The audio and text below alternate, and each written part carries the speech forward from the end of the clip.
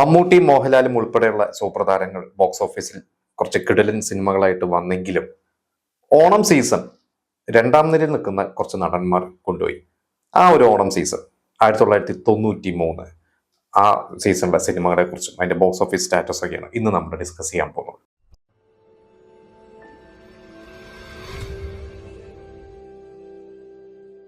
ഇതിൽ നമുക്ക് ആദ്യം മോഹൻലാലിന്റെ സിനിമകളെ കുറിച്ച് പറയാം. രണ്ട് സിനിമകളാണ് ആ ഒരു ഓണം സീസണിൽ മോഹൻലാലിന്റെ തിയേറ്ററിൽ എത്തിയത്. അതിൽ ആദ്യം എത്തിയത് മായാമയൂരൻ. സിബി മലയിൽ മോഹൻലാൽ കൂട്ടുകെട്ട്. 89 കിരീടത്തിൽ തുടങ്ങി ഒരുപാട് സിനിമകൾ, പ്രത്യേകിച്ച് എല്ലാ വർഷവും അവരൊരു ഹിറ്റുകൾ കൊടുക്കും. 1990 ഹിസനസ് അബ്ദുള്ള, 91 ഭരതം, 92 കമലദളം. ഇത് കഴിഞ്ഞ് 93 ആ ഒരു ഓണത്തിന് അവരുടെ ഒരു സിനിമ ഇറങ്ങി, മായാമയൂരം. ഈ മായാമയൂരം രഞ്ജിത്ത് അതിനു മുമ്പ് മോഹൻലാലിന് ദേവാസുരം പോലത്തെ ഒരു സൂപ്പർ ഹിറ്റ് കൊടുത്തിരിക്കുന്ന 93 തന്നെ ദേവാസുരം, ആ ഒരു ഏപ്രിൽ മാസത്തിൽ ഇറങ്ങിയ ദേവാസുരം സൂപ്പർ ഹിറ്റായി. ഇങ്ങനെ അപ്പോഴും എനിക്ക് തോന്നുന്നു പല സീസൺറ്റേഴ്സിലുണ്ട് ദേവാസുരം ആ സമയത്ത് 93 അന്നൊക്കെ ഒരു വർഷമൊക്കെ സിനിമ ഓടുമല്ലോ സീസൺറ്റേഴ്സിലൊക്കെ ആയിട്ട്. മായാമയൂരം നമുക്കറിയാം ആ ഒരു സിനിമയെ കുറിച്ച്. Good night film of Mohan അദ്ദേഹമാണ് പ്രൊഡ്യൂസ് ചെയ്തിട്ടുള്ളത്. ആ ഒരു സിനിമ അന്ന് തിയേറ്ററിൽ പരാജയമായിരുന്നു. കാരണം ഗുട്ടൻ മോഹൻ തന്നെ പറഞ്ഞിട്ടുണ്ട് ആ സിനിമയെ കുറിച്ച്. അതിന്റെ ഒരു ആദ്യത്തെ തുടക്കം, ഒരു ഫസ്റ്റ് ഹാഫ് ഒക്കെ അതിൽ മോഹൻലാലിന്റെ ഒരു കഥാപാത്രം, നരേന്ദ്രൻ എന്ന കഥാപാത്രം മരിക്കുന്നു. പിന്നെ സെക്കൻഡ് ഹാഫ് ഒരു വേറൊരു കഥയായി പോയി. അത് രഞ്ജിത്ത് സിബിമലയിൽ അത് കൺവിൻസിങ് ആയിരുന്നു. അതൊരിക്കലും മോശം കഥയല്ല, നല്ല ഒരു കഥയും നല്ലൊരു സിനിമയും നല്ല പാട്ടുകളൊക്കെയാണ്. പക്ഷെ ആളുകൾ ആ തുടക്കത്തെ ഒരു മൂഡിൽ മാറി വേറൊരു മൂഡിലോട്ട് വന്നു കഴിഞ്ഞപ്പോൾ ആളുകൾ എവിടെയോ എന്തോ ഡിസ്ട്രാക്റ്റഡ് ആയി, ആളുകൾക്ക് അത് കൺവിൻസിങ് ആയില്ല. സിനിമ ഒന്ന് തിയേറ്ററിൽ പരാജയമായിരുന്നു. മറ്റൊരു സിനിമ ഗാന്ധർവം, സംഗീത് ശിവൻ മോഹൻലാൽ. അതൊരു ശരിക്കും പറഞ്ഞാൽ ഒരു ഗംഭീര സിനിമ തന്നെയാണ് ഇന്ന് കാണുമ്പോൾ. കാരണം ആ സിനിമ അന്ന് മലയാളത്തിൽ നമ്മൾ കാണാത്ത തരത്തിലുള്ള ഒരു പാറ്റേൺ ആണ്. ശരിക്കും ഒരു തെലുങ്ക് സിനിമയൊക്കെ പോലെ, തെലുങ്കിലെ ചില റോഡ് മൂവീസ് ഒക്കെ നമ്മൾ ആ സമയത്തൊക്കെ, രാംഗോപാൽ വർമ്മയുടെ സിനിമകളും അല്ലാതെ കുറെ ഹിന്ദി സിനിമകളൊക്കെ ഉണ്ട്. ഒരു ലവ് ട്രാക്കിന് ഒരു വലിയൊരു കാശുള്ള വീട്ടിൽ പെൺകുട്ടീനെ ഒരു സാധാരണ ഒരു വീട്ടിൽ പയ്യൻ പ്രേമിക്കുന്നതും ഒളിച്ചോടുന്നതും അതിന്റെ ഒരു യാത്രക്കാണ്. നല്ല സോങ്സും ഫൈറ്റും ഇമോഷൻസും എല്ലാം ഉള്ള ഒരു സിനിമ തന്നെയാണ്. അതിൽ എസ് പി ബി ആണോ മനോണോ, ഞാൻ പെട്ടെന്ന് പറഞ്ഞു, ആ ഒരു പാട്ടുണ്ടല്ലോ നെഞ്ചിൽ കഞ്ചമാണ്. ആ ഒരു പാട്ടൊക്കെ അതിഗംഭീരമായിട്ടുള്ള സോങ്സ് ഒക്കെയാണ്. എസ് പി വെങ്കടേഷിന്റെ അതിഗംഭീരമായിട്ടുള്ള ബാക്ക്ഗ്രൗണ്ട് സ്കോർ. അതിൽ ആ ഒരു ബാക്ക്ഗ്രൗണ്ട് സ്കോർ ഒരുപാട് കാലം 2003-4 കാലഘട്ടങ്ങൾ മൊബൈൽ ഫോൺ നമ്മളൊക്കെ യൂസ് ചെയ്യാൻ തുടങ്ങിയ സമയത്ത് റിംഗ് ടോൺ ആയിട്ട് അന്ന് സ്ഥിരമായിട്ട് പലവരുടെയും ഫോൺ ഉണ്ടായിരുന്നു. എന്റെയൊക്കെ ഫോണിൽ കുറെ കാലം ഉണ്ടായിരുന്നു അതിന്റെ റിംഗ് ടോൺ. അത് ആരുടെങ്കിലും നമ്മുടെ ഒരു ഫ്രണ്ടിൽ റിംഗ് ടോണെങ്കിൽ അവരുടെ അടുത്ത് നമ്മൾ സെൻഡ് ചെയ്യാൻ പറയും. അങ്ങനെ സർക്കുലേറ്റ് ചെയ്തിട്ടൊക്കെ പോയിട്ടുണ്ടായിരുന്നു. അന്ന് എനിക്ക് ഓർമ്മയുണ്ട്. അതിലെ റിംഗ് ടോൺ ആക്കി ഇപ്പോഴും ആ ബാക്ക്ഗ്രൗണ്ട് സ്കോർ കേൾക്കുമ്പോൾ തന്നെ നമുക്കറിയാം അത് ഏതാണ് സിനിമ എന്നുള്ളത്. എനിക്ക് 2 സിനിമകളാണ് മോഹൻലാലിന്റെ തിയേറ്ററിലെത്തിയത്. മമ്മൂട്ടിയുടെ സിനിമ ആ സമയത്ത് ഉണ്ടായിരുന്ന ഒരു സിനിമ സരോവരം എന്ന സിനിമയാണ്. JC എന്ന വളരെ സീനിയർ ആയിട്ടുള്ള സംവിധായകൻ, ജയന്റെ ഒക്കെ തുടക്കകാലത്തെ ജയന്റെ ശാപമോക്ഷം എന്നൊരു സിനിമ, ജയന ആദ്യത്തെ ഒരു സിനിമയൊക്കെ കൊടുത്ത സംവിധായകൻ. പിന്നീട് കുറെ മമ്മൂട്ടി വെച്ച് പുറപ്പാട് ചെയ്തിട്ടുണ്ട്. അദ്ദേഹം ചെയ്ത ഒരു സിനിമയാണ്. എനിക്ക് തോന്നുന്നു മമ്മൂട്ടി വെച്ചിട്ട് ചെയ്ത അവസാനത്തെ സിനിമയാണ്. അതിനുശേഷം അദ്ദേഹം മമ്മൂട്ടി വെച്ചിട്ട് സിനിമകൾ ചെയ്തിട്ടില്ല. അദ്ദേഹം പിന്നെ കുറെ കാലം കഴിഞ്ഞ് സിനിമയിൽ നിന്ന് മാറി അസുഖമായിട്ട് കിടപ്പിലായിരുന്നു. ഡെന്നിസ് ജോസഫിന്റെ സ്ക്രിപ്റ്റ് ആയിരുന്നു. ഡെന്നിസ് ജോസഫും JCക്ക് വേണ്ടി, ഡെന്നിസ് ജോസഫിന്റെ ആദ്യത്തെ ഒരു സിനിമ JCക്ക് വേണ്ടിയാണ് ആദ്യം അദ്ദേഹം എഴുതിയത്. പക്ഷെ ആ സിനിമ അന്ന് വിജയിച്ചില്ല. പക്ഷെ അന്ന് ഡെന്നിസ് ജോസഫിന്റെ ഒരു കഴിവ് മമ്മൂട്ടിക്ക് മനസ്സിലായിട്ടാണ് മമ്മൂട്ടി ജോഷി അല്ലെങ്കിൽ ജൂബിലി ഫിലിംസിലൊക്കെ ജൂബിലി ജോയിക്ക് മമ്മൂട്ടി ഡെന്നിസ് ജോസഫിനെ പരിചയപ്പെടുത്തി കൊടുക്കുന്നതൊക്കെ. ഡെന്നിസ് ജോസഫിന്റെ ചരിത്രമിലൂടെയൊക്കെ നിങ്ങളത് കേട്ടിട്ടുണ്ട് ആ ഒരു സിനിമയെ കുറിച്ചൊക്കെ. അപ്പൊ JC ആയിട്ടൊരു ബന്ധം ഡെന്നിസ് ജോസഫിനുണ്ട്. അങ്ങനെയാണ് അദ്ദേഹം ആ ഒരു സ്ക്രിപ്റ്റ് പറയുന്നത്. പക്ഷെ സിനിമ അന്ന് പരാജയമായിരുന്നു. അത് ഞാൻ കുറെ കാലം മുമ്പ് സിനിമ കണ്ടിട്ടുണ്ട്. ഒരു യൂട്യൂബിലാണ്, തിയേറ്ററിലൊന്നും കണ്ടിട്ടില്ല, യൂട്യൂബിലാണ് ഞാൻ ആ സിനിമ ശരിക്കും ഫുൾ ഇരുന്ന് കാണുന്നത്. ഒരു പ്രത്യേക സിനിമയാണ്. മമ്മൂട്ടി അതിലൊരു മ്യൂസീഷ്യനൊക്കെ ആയിട്ട് പുറത്തുനിന്ന് ബോംബെ ഇവിടുന്ന് വരുന്നതാണ്.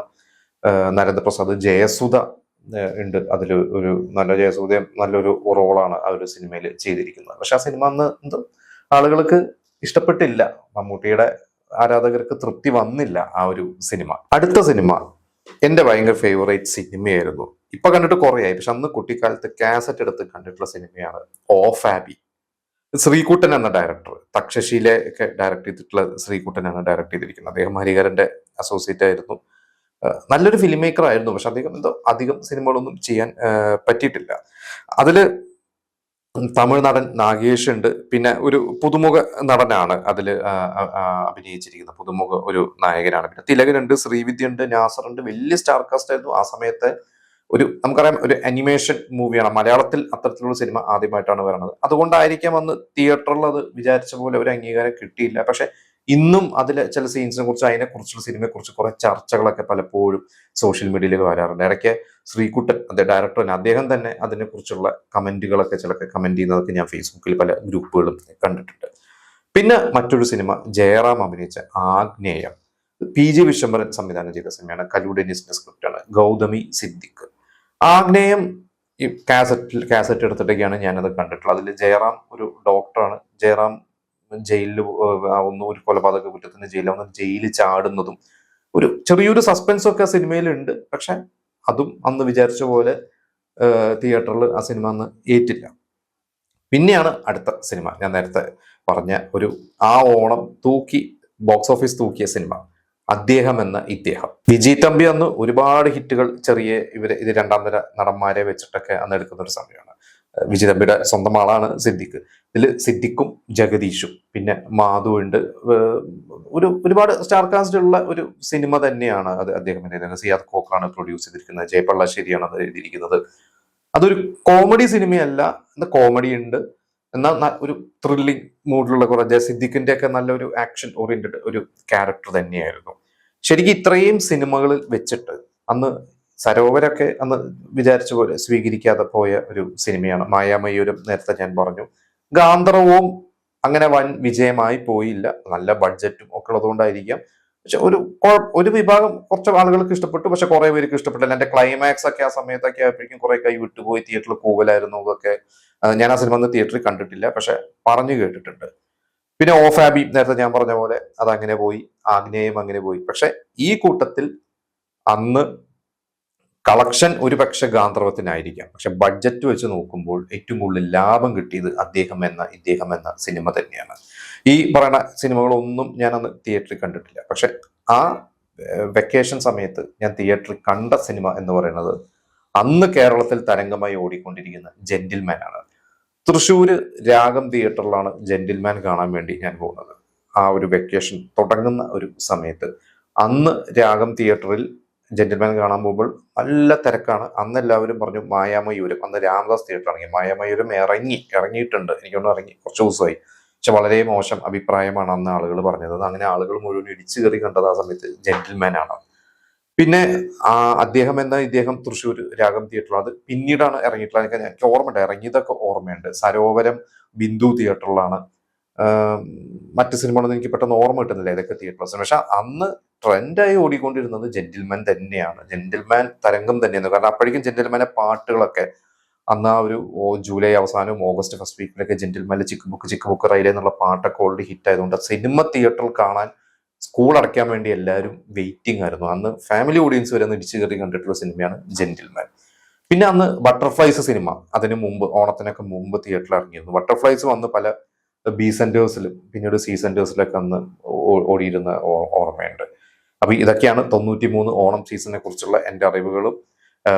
എന്റെ ഫേവറേറ്റ് സിനിമ ഞാൻ പറഞ്ഞ പോലെ ഓഫാബി എനിക്ക് ഭയങ്കര ഇഷ്ടപ്പെട്ട സിനിമയായിരുന്നു. അത് പിന്നീട് കാസറ്റ് ഉണ്ട്. ആ ഓഫാബി എന്നുള്ളൊരു സോങ് ഒക്കെ അന്ന് എപ്പോഴും കേട്ടിരുന്ന ഓർമ്മയുണ്ട്.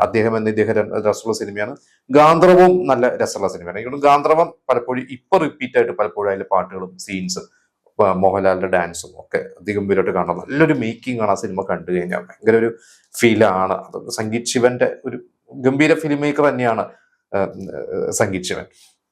അപ്പൊ നിങ്ങൾ ആരെങ്കിലും ഈ സിനിമകളൊക്കെ ഒന്ന് തിയേറ്ററിൽ കണ്ടിട്ടുണ്ടെങ്കിൽ നിങ്ങൾ അന്നത്തെ എക്സ്പീരിയൻസ്, പ്രത്യേകിച്ച് മായാമയൂരം ഞാൻ ആ സിനിമയുടെ കഥയൊക്കെ അറിഞ്ഞ ശേഷം പിന്നീട് കാസറ്റ് എടുത്ത് കണ്ടിട്ടില്ല. പക്ഷെ ഇതേപോലെ മോഹൻലാൽ അന്ന് ആദ്യമായിട്ടൊന്ന് തിയേറ്ററിൽ കാണുമ്പോൾ മോഹൻലാൽ മരിക്കുന്നു, എന്നിട്ട് പിന്നീട് വേറൊരു മോഹൻലാൽ വെള്ളത്തിൽ നിന്ന് പൊന്തി വരുന്നു. അതൊക്കെ നിങ്ങൾ ആരെങ്കിലും ഒന്ന് തിയേറ്ററിൽ കണ്ടിട്ടുണ്ടെങ്കിൽ നിങ്ങൾ അതിന്റെയൊക്കെ എക്സ്പീരിയൻസ് നമുക്ക് ഷെയർ ചെയ്യാം.